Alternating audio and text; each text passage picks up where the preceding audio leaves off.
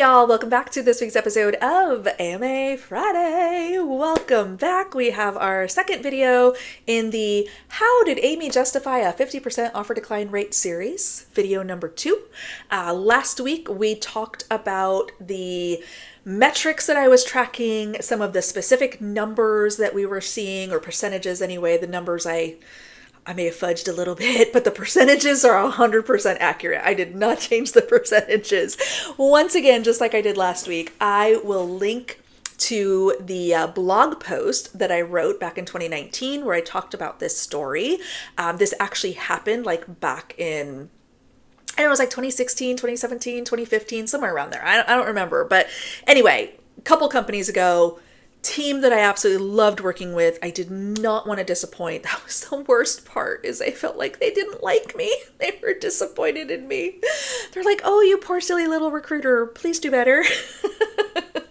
So I had to justify, what's going on. I had to do this deep inspection of our hiring process, of our candidate pipeline, of the feedback we were getting. Like, there was a lot that we had to unpack, right? So if you have not watched last week's video, this one might not make sense. Go check it out, come back. Let's talk about those declines, okay? So, as you know, I had 50% of my candidates who made it to an offer stage saying no to us.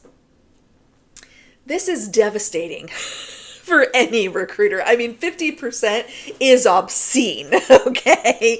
I don't mind a few declines. I think we learned something from every decline, but 50% was absolutely horrific, and I wanted to crawl under a rock. So here's what we learned. Because I was like, I can't go back to this business and be like, yeah, half the people don't like us, sorry. Like, no. I had to provide data. And so what data did I provide? Just like I said last week, this is why we need an ATS, because thank God I was documenting those conversations with the candidates.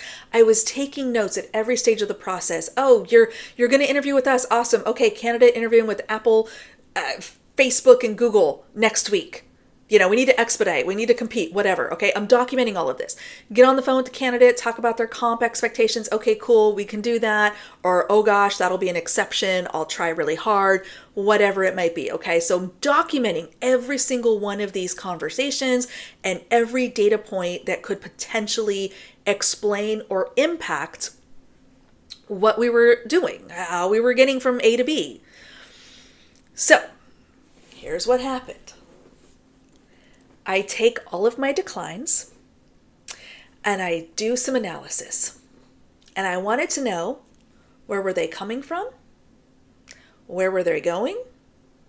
And what reason did they give me for not coming here? Every single declined offer was to a candidate who was already employed in Fang. I had a lot of Google. I had a lot of Facebook. Pretty sure there was an Apple person or two in there. They were already coming from Fang. Okay? We were trying to get them to come to my big tech company at the time.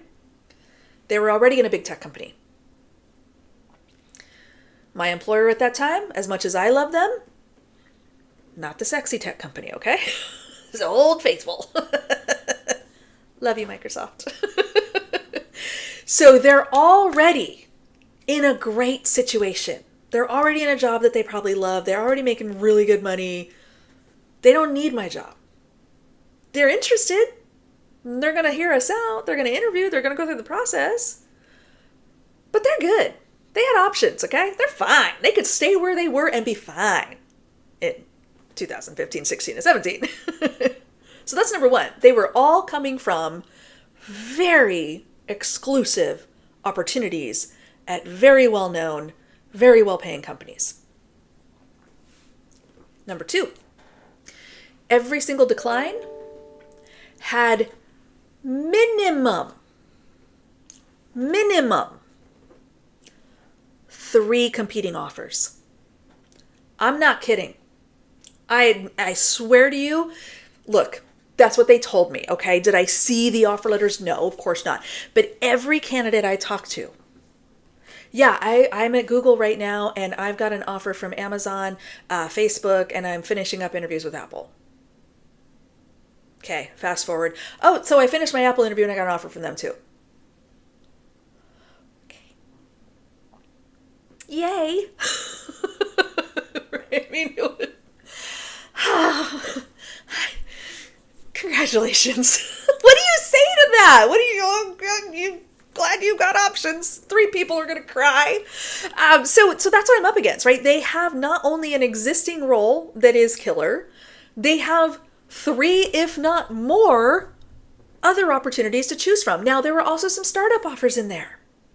Snowflake beat me all the time when I was at Google, for example. It was very frustrating. Okay, not all the time, but I lost some good people to Snowflake. So I'm just saying, like, somebody's going to take the L here. There's no reason for me to assume that it won't be me once in a while. Shouldn't be me too often, but it's definitely going to be me once in a while. Like, just mathematical odds tell me that I'm not going to win 100%. So, already in stellar big tech position, multiple competing offers. And finally, the third data point is every single one that turned us down ended up going to one of those competing companies. And I think there were a couple people that took counteroffers as well for more money than we would offer.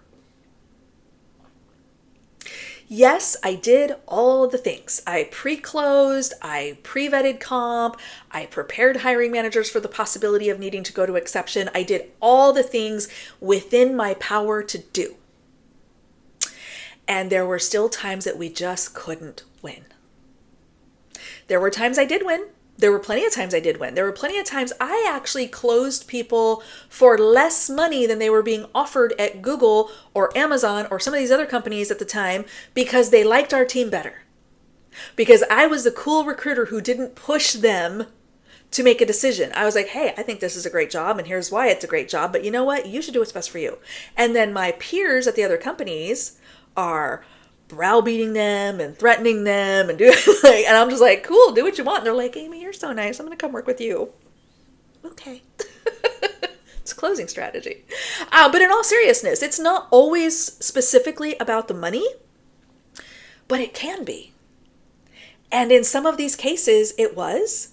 And also responsibility on the hiring team and the comp team and the approvers who were not willing to play at that comp level.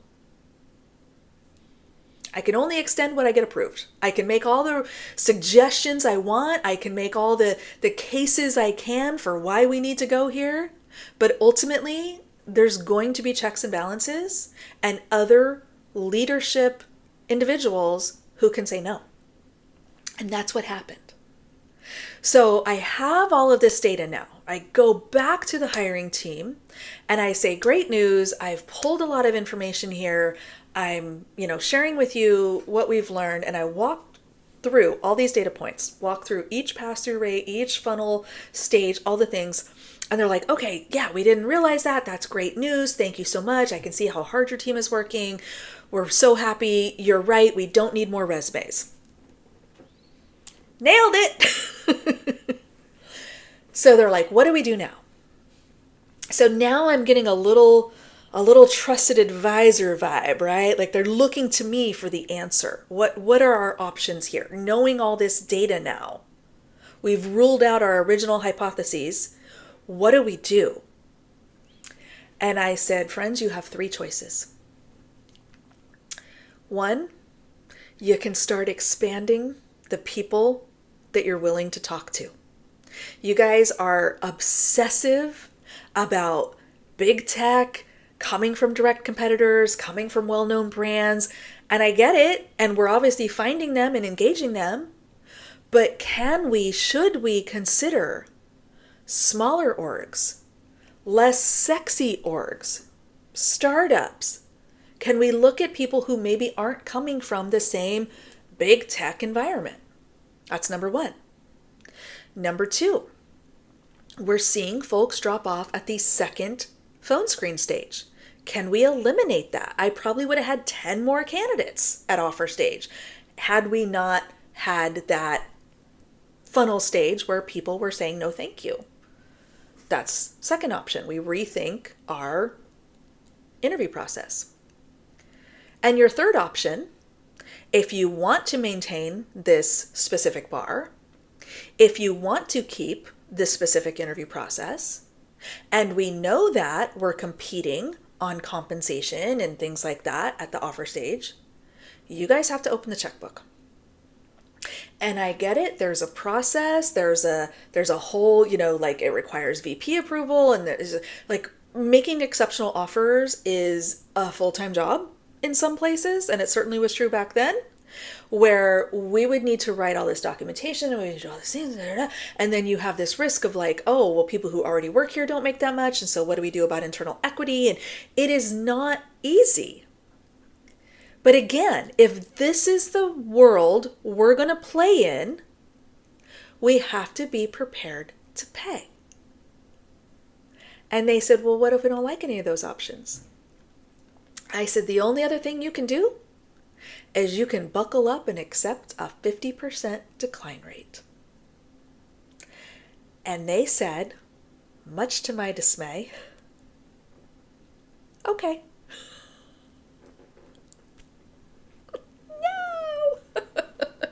So we did agree. We agreed that, you know what, this is going to be tough. We're going to get a lot of no's. We're going to keep powering through. We're going to do everything we can to adjust and adapt and try to continue to influence. But for the next little bits, you are all in alignment. Then we're going to take our chances. We're going to shoot our shot. We're going to play in the big leagues with the big sexy fangers. And we're just going to accept that means a lot of people are going to tell us no. We would rather have the opportunity to try than never shoot our shot in the first place. Now, the good news is it leveled out. Okay, things did start to gel. We were able to bring in some of those non-fangers and really show like, hey, you don't need this pedigree to be successful. Look at this person. And so it took a lot of influencing and it took a lot of practice and data and conversation, but we got there. But friends, this is why if you are a recruiter, or if you are recruiter adjacent, or if you're just curious like how all this shit works, this is why it is so important that recruiters take ownership of the funnel, of the process. We don't shy away from data, and we definitely don't provide bad data. So if you are a recruiter who is fudging your offer numbers because you don't want to look bad, if you're a recruiter who's not extending an offer just because you know they're going to decline and you don't want that on your numbers, you are missing such an opportunity to leverage that information to improve so many other things in your funnel. All right, y'all. Obviously, we're not in the tech heyday of 2015, 16, 17, so on. I get it. I'm not saying this is going to happen in the year of our Lord 2025. But I do hope it was an interesting, maybe slightly entertaining example of the true influence and importance of information that recruiters can have and bring. All right, I'm gonna end it there. Went way over as usual. Told you I had a lot to say on this topic. So if you have questions, if you have examples of your own, if you want to talk more about this, drop a comment. I read all of them, especially when my dad comments. It's adorable. He's like, Amy, I'm watching you. He's so cute. Hi, Dad, in case you're watching. Anyway, as always, hope that helps, and I will see y'all next week.